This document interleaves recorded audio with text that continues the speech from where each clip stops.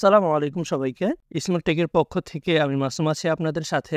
আজকের ভিডিওতে আমি আপনাদেরকে দেখাবো কিভাবে আপনারা মোবাইল ফোনে মাত্র এক ক্লিকের মাধ্যমে আপনাদের যেকোনো প্রোডাক্টের উপরে আপনাদের লোগো অথবা ওয়াটারমার্ক বসাতে পারেন।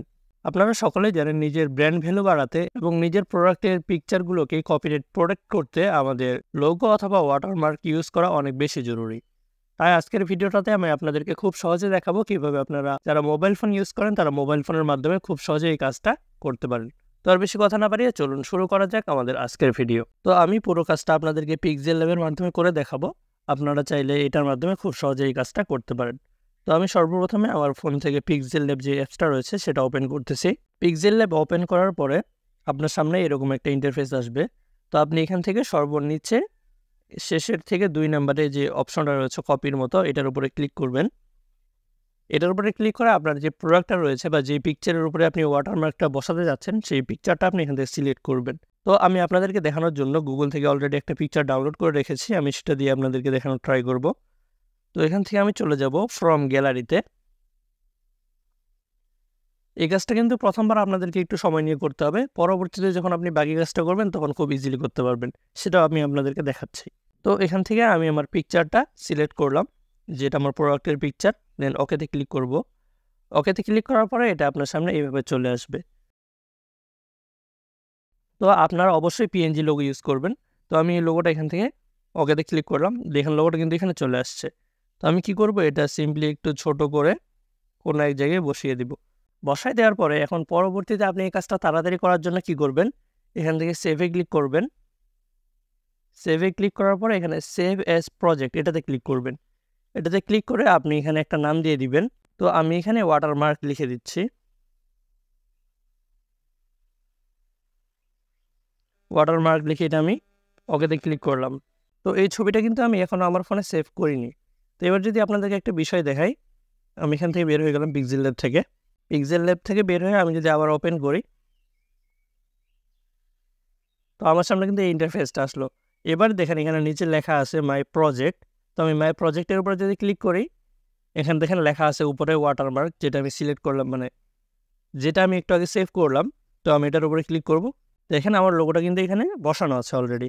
তো আমি কি করব, এই পিকচারটা তো এখানে থাকে গেল সব সময়। তো আমি আবার এখান থেকে নিচ থেকে এই যে কপির মতো যে অপশনটা আছে এটাতে ক্লিক করব। এখান থেকে ফ্রম গ্যালারিতে ক্লিক করব।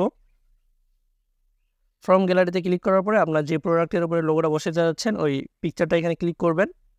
ওকেতে ক্লিক করবেন, দেখবেন যে আপনার লোগোটা ঠিক সেম জায়গায় বসে আছে। তো এখন আপনি সেভে ক্লিক করে এই যে সেভ এজ ইমেজ, এখান থেকে আপনি কোয়ালিটি আলট্রাতে দিয়ে সেভ করে নেবেন। এখন এটা হচ্ছে আপনারা যারা লোগো বসাবেন তাদের জন্য। এখন যাদের আপনাদের লোগো নাই তারা কাজটা কীভাবে করতে পারেন সেটা আপনাদেরকে দেখাচ্ছে। তো আমি এখান থেকে এই লোগোটাকে ডিলিট করলাম। ডিলিট করার পর এখানে প্লাসে ক্লিক করব, টেক্সটে ক্লিক করব।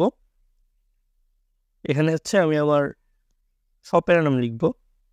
এটা লেখার পরে আমি এখান থেকে ওকেতে ক্লিক করলাম। দেখেন এটা কিন্তু বোঝা যাচ্ছে না। আচ্ছা আমি আগে পিকচারটা চেঞ্জ করি, যেহেতু এটা হোয়াইট কালার তাই বোঝা যাচ্ছে না। আগে পিকচারটাই নিচ্ছি। এই যে এবার কিন্তু এটা বোঝা যাচ্ছে। তো আপনি কি করবেন, এখান থেকে এই যে এর উপরে যাবেন, তারপর এখান থেকে ফ্রন্টে যাবেন। আপনি চাইলে নিজে ডাউনলোড করা কোনো ফ্রন্ট ইউজ করতে পারেন, যেগুলো হচ্ছে একটু হাইলাইটেড ফ্রন্ট, বোল্ড টাইপের ফ্রন্ট আপনি ইউজ করার চেষ্টা করবেন। আমার এখানে বর্তমানে তেমন কোনো ফ্রন্ট ডাউনলোড করা নাই, তারপর যেগুলো আছে এগুলো দিয়ে দেখি কোনটা হচ্ছে ভালো। আচ্ছা মনে করেন এটাই আমার ফ্রন্ট। তো আমি ওকেতে ক্লিক করলাম। এখান থেকে স্টাইলে গিয়ে একটু বোল্ড করে দিই, তাহলে যদি বড় হয়। তারপরে কি করব, এটা আমি একটু আমার মন মতো বড় করে নিব। বড় করে নেওয়ার পরে আমি এখান থেকে চলে যাব স্টকে। স্টকে আসার পরে এই যে 4 আছে ব্ল্যাক কালার, এটা আপনি 4 রাখতে পারেন। 4 রাখলে হয়, অথবা আপনি একটু কমে রাখতে পারেন, 2 বা 3 রাখতে পারেন। তো আমি 4ই রাখলাম। রাখার পরে এটা ওকেতে ক্লিক করতেছি। তারপরে যে অপাসিটি রয়েছে এখানে, এটাকে আমি কমিয়ে দেব।